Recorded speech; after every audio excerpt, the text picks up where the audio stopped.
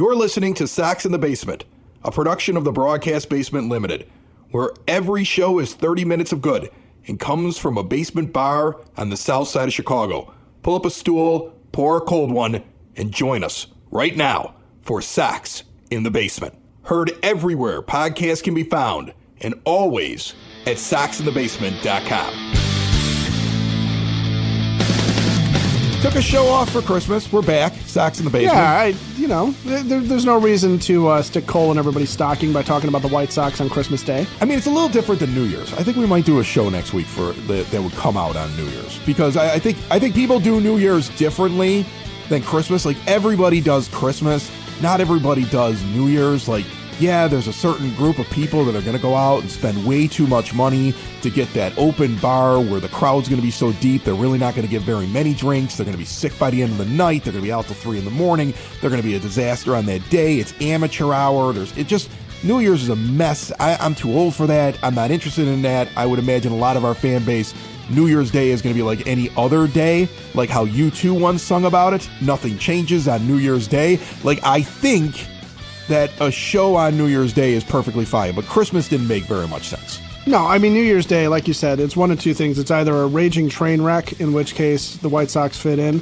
or or it's a day of rest and a day of reflection and it's kind of that last day that you can sit there and take a breath because the whole world is shut down. Not everything's dead, though, you know? I mean, a lot of people get things done this time of year. They got a little time off of work. The world is slowed down. They're looking at their house. They're saying, I need new windows.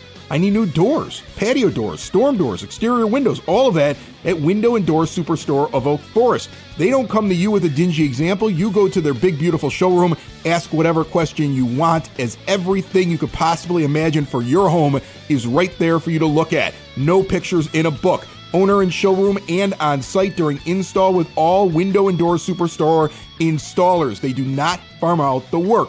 For 40 years, in Oak Forest since 1985, with all major brands custom made and no stock items for a perfect fit. Window and Door Superstore of Oak Forest is a half block east of 159th and Ridgeland at 6280 159th Street. See more at windowdooroakforest.com. Cam Boozer's interesting. He is, actually. It was an interesting little trade, I suppose. Well, here's a guy who's a journeyman, and he bounces around his entire career to all these different levels in the minors, and he's basically a career minor leaguer. Until last year, when he gets up to the majors finally in his year 32 season, and he makes it to Boston with a 338 ERA, a 1.336 whip, which is not good for a relief pitcher. He's a left-handed relief pitcher. If loogies still existed, then maybe there's a reason for him. It's strange to me because you got to think that Brian Bannister sees something in this guy that really is expendable to the Red Sox. You don't have to give up basically anything for him. You're bringing him in. He's not really part of the future. He's not like a guy you're going to keep around, you're building around. So it's like, we just need another left-handed arm. This is a very low cost. We think there might be something there. And heck, if the thing we think we might be able to unlock is unlocked, suddenly he might be a piece when somebody's looking for a lefty reliever halfway through the season. Like, that's what he is. That's just it, right? He becomes something that is an asset to a major league team. He's actually controllable because, control has nothing to do with age. It has to do with service time in the majors.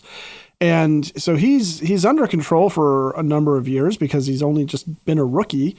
And what you give up is you give up a 17-year-old pitcher who might turn into something and might not. And I did see, at least one headline on this trade where it's like, in a questionable turn of turning on the youth movement, the White Sox acquired an aging relief pitcher, and it's like, well, that's not what happened. His path is so interesting, though. Have you looked at his path? He comes from Oregon State. At 21 years old, he's in the Twins Gulf League rookie ball. That's where he's playing, right? At 21. His 25-year-old season in 2017 looks like it's his last. He doesn't play again until 2021 when he becomes a member of the Chicago Dogs in Rosemont. Like, that's where he comes back. So he's been a dog. He's been a Chicago dog. Right, but he comes back in the independent baseball league after never getting above A-ball. He stays in A-ball 21, 22, 23, 24, 25 years of age. He can't get out of A-ball with Minnesota.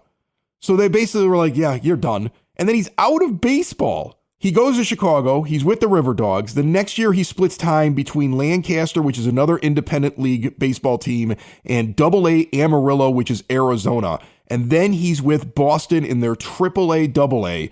He spends some time in Double-A, goes to Triple-A in 2023 and 24. Like, here's a guy who is out of baseball, couldn't figure it out, goes and plays indie league ball, and then somehow ends up in the Red Sox system and accelerates up through AAA and into the majors in his 30s after failing in his 20s. He's such an interesting baseball card to look at. Like, that's baseball right there. If anything, you're gonna kind of watch Cam Boozer just because that guy's like something out of like Field of Dreams. Like, he's Moonlight Graham, and he's getting an opportunity now all of a sudden. He's got the excellent mustache. He's got the big handlebar going. Yeah. So, you got to love that. And it is, sometimes it's good just to have an interesting story. And sometimes it's good just to, like I said, sit here and say, well, you know what, if what he showed in the majors is real, and if there's something that Brian Bannister sees that he thinks he can further unlock and make him even more effective,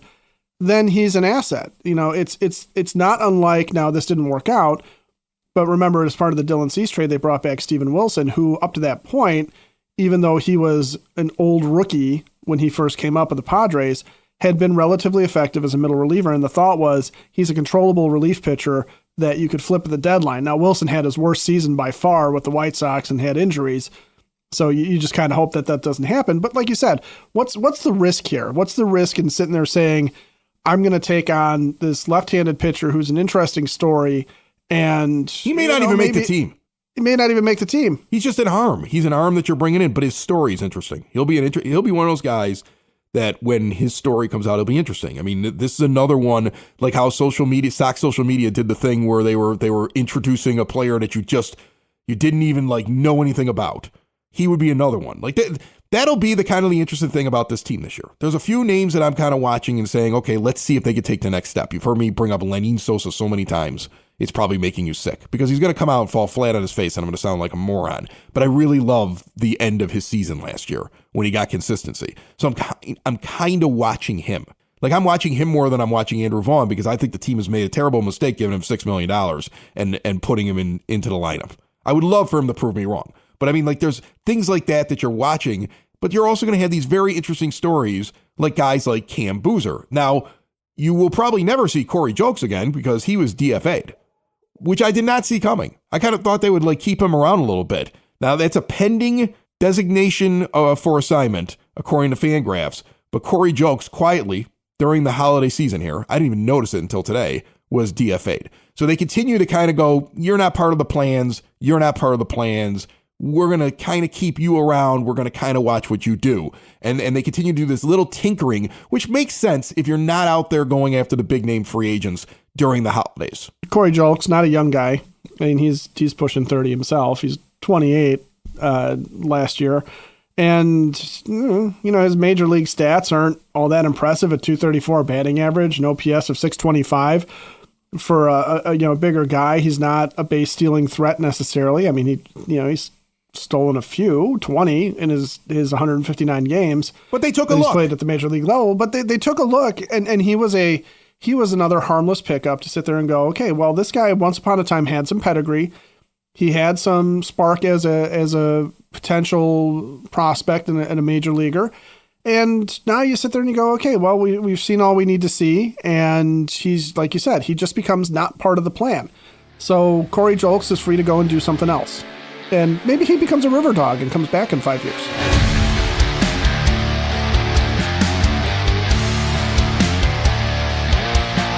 Sox in the Basement listeners, is it time to switch to a new age of life? Keep mom and dad, grandma and grandpa out of assisted living and do it with Hyatt Home Medical Equipment's assistance. Make it so they can get around on their own and live independently. Hyatt has stair lifts, ramps, grab bars, lift chairs, and even bathroom remodeling. And they work with insurance. They have 0% financing as well for qualified individuals. If you use a CPAP machine and you're unhappy with your vendor, switch now. Get supplies directly mailed to you. You can also test out the newest machines in their showroom. They also have the latest and greatest in continuous glucose monitors. See it all, everything they have to offer. Hyatt Home Medical Equipment at hhme.com.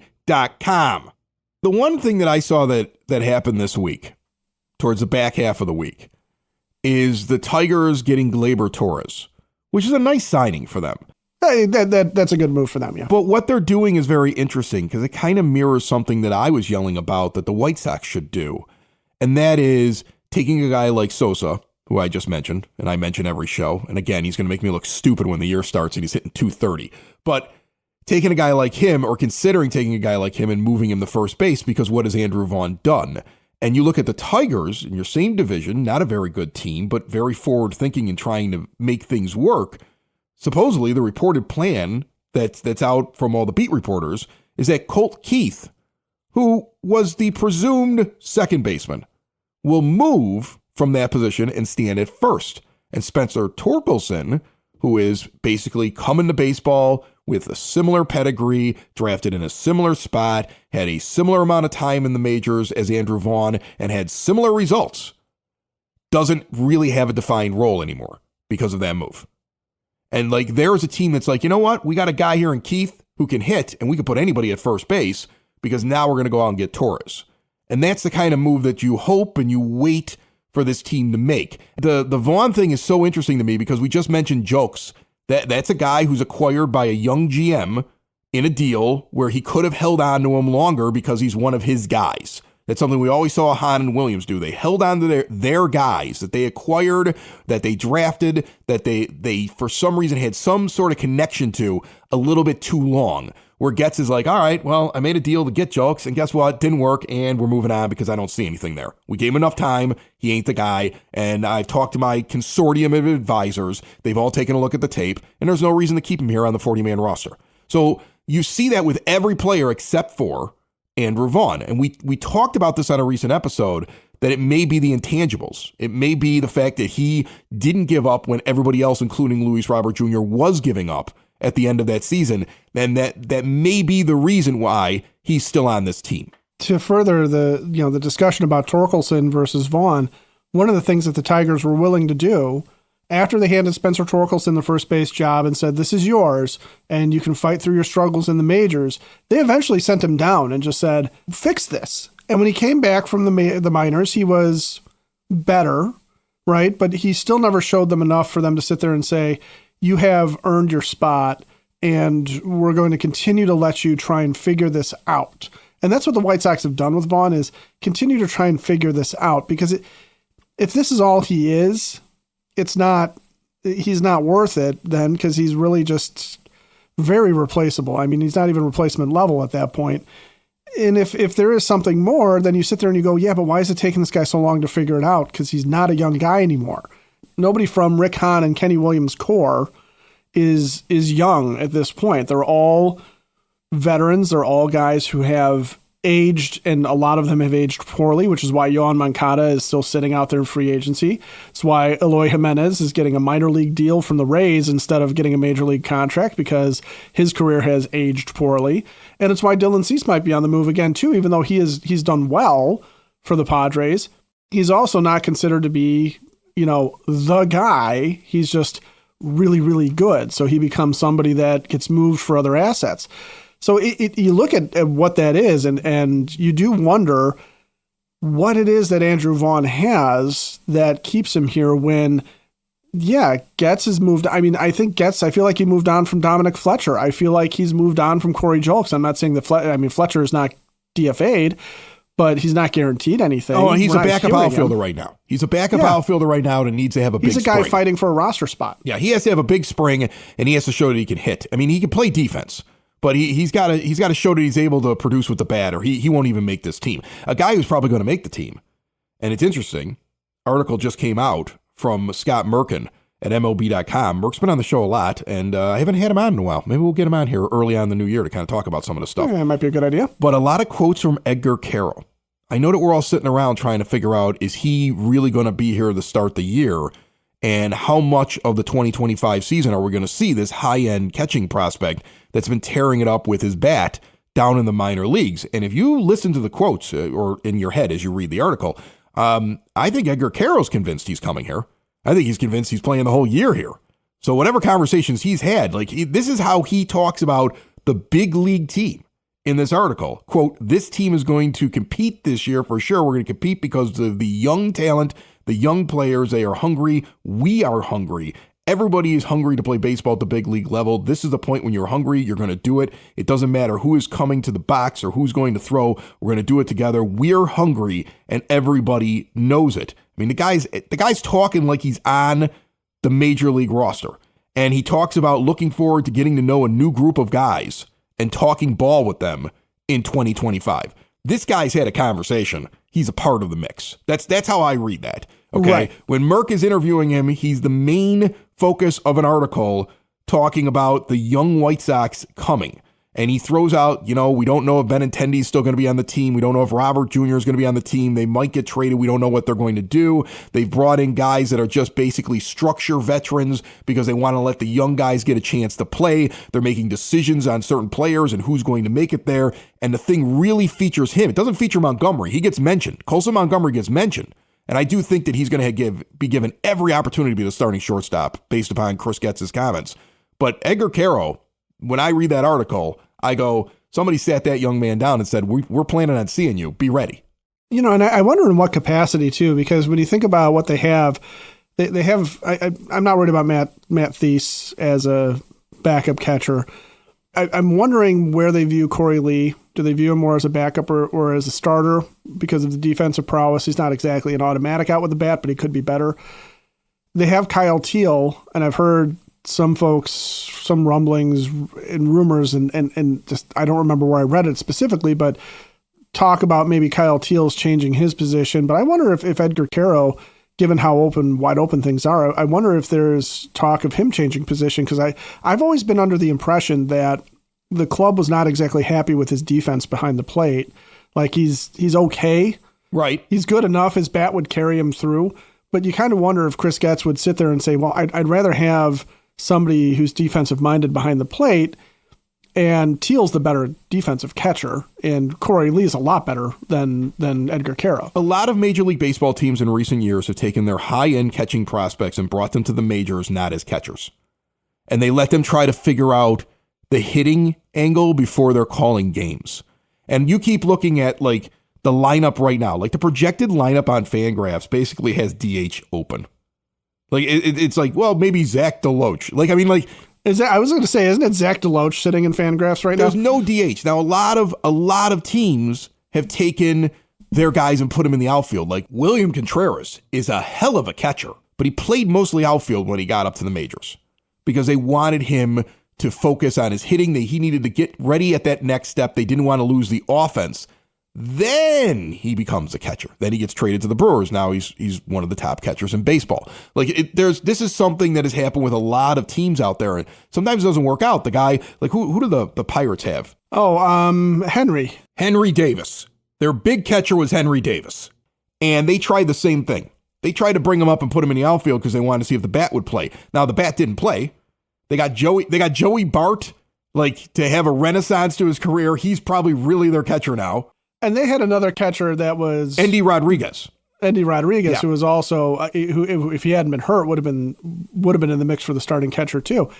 But that's the thing, like these catchers get put in different positions when they first come up. This is becoming like Francisco Alvarez. I want to say that the Mets did that for him for a little bit. Like there's a lot of catchers that it's like go play the outfield in the corner or stand at first base. And in the White Sox case, it might be designated hitter just to get used to hitting first before we put you behind the plate. And that may explain going out and getting another catcher in Thies, because that didn't make a lot of sense with Corey Lee. Why do you need to go get Matt Thies? But now, if that's the plan, if it is to start the season off getting Quero at bats at the major league level, because you're not really competing as much as Edgar Quero wants to believe that hunger will get them a division.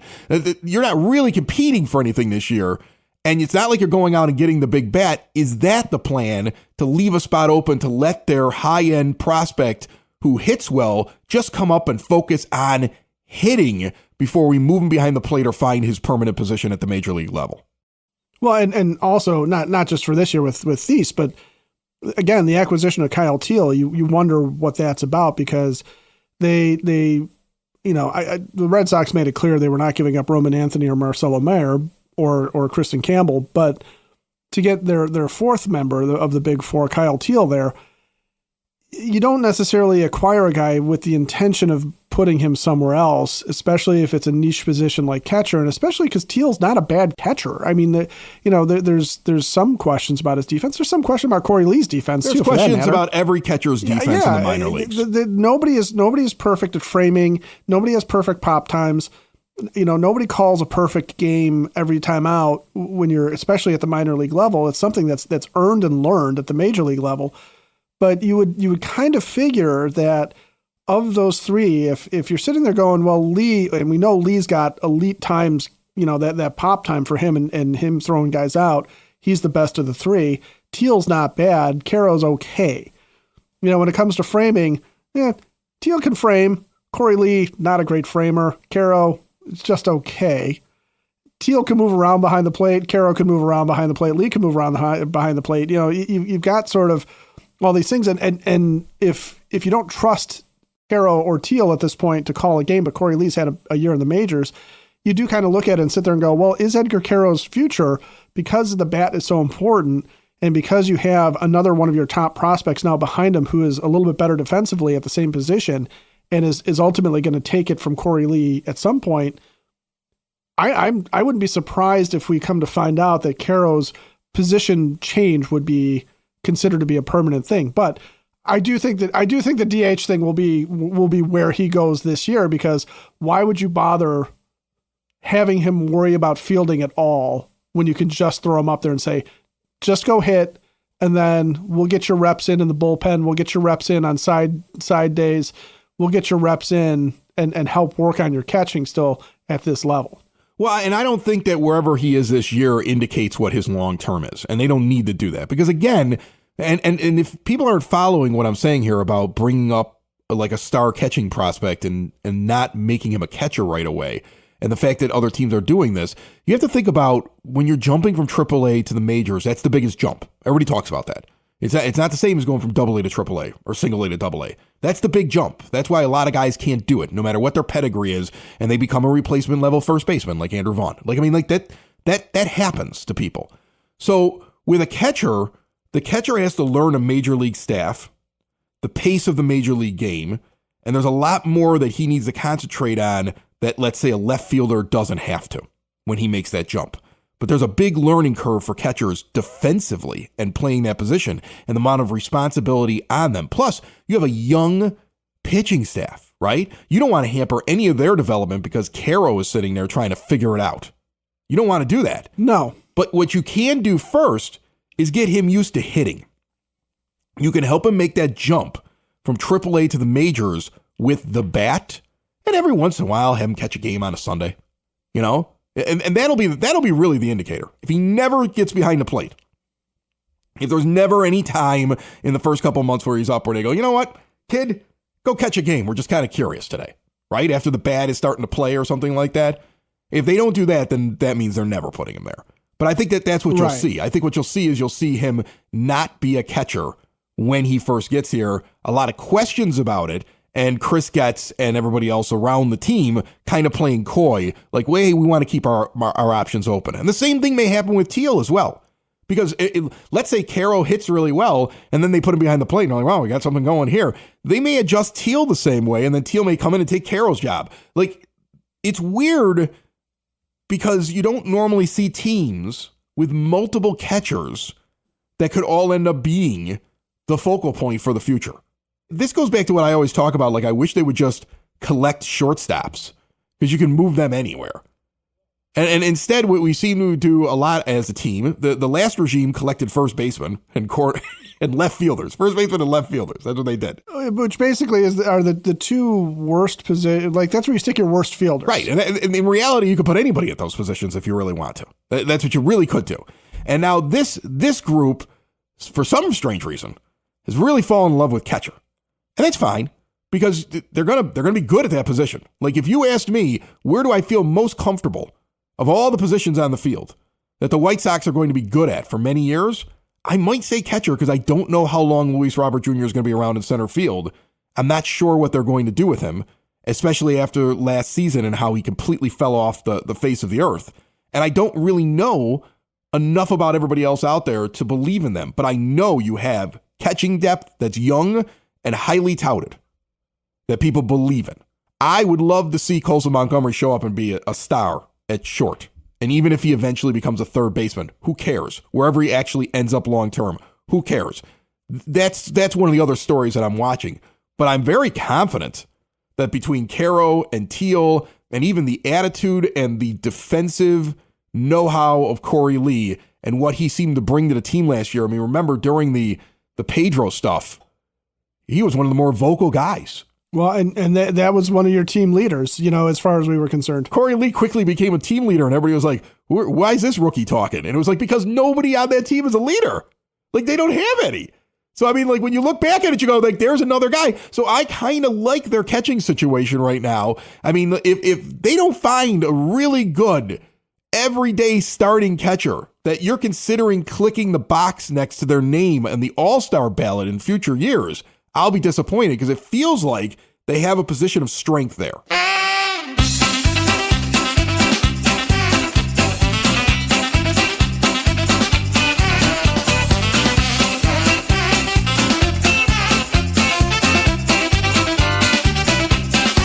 Time now for the Sox Nerd, Dave Marin, who puts all those tidbits and trivia nuggets up on the board at the rate. And he's with us on Sox in the Basement each and every week, brought to you by the Village of Lamont. Want to experience the downtown with real history, great eats and drinks, and green spaces filled with adventure?